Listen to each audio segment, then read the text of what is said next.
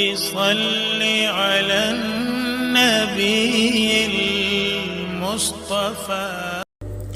شیخ محی الدین حضرت عبد القادر جیلانی رحمۃ اللہ تعالی علیہ فرماتے ہیں، ظالم مظلوم کی دنیا بگاڑتا ہے اور اپنی عاقبت اللہ تعالیٰ کے دشمنوں کو راضی رکھنا عقل و دانش سے دور ہے۔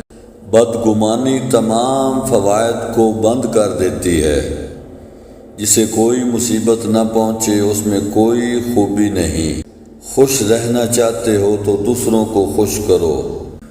غربت پر راضی رہنا بے انتہا ثواب کا موجب ہے۔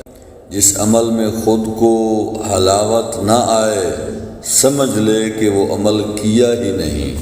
ابتدا کرنا تیرا کام ہے اور تکمیل کرنا اللہ تعالیٰ کا۔ مستحق سائل اللہ تعالیٰ کا ہدیہ ہے جو بندے کی طرف بھیجا جاتا ہے۔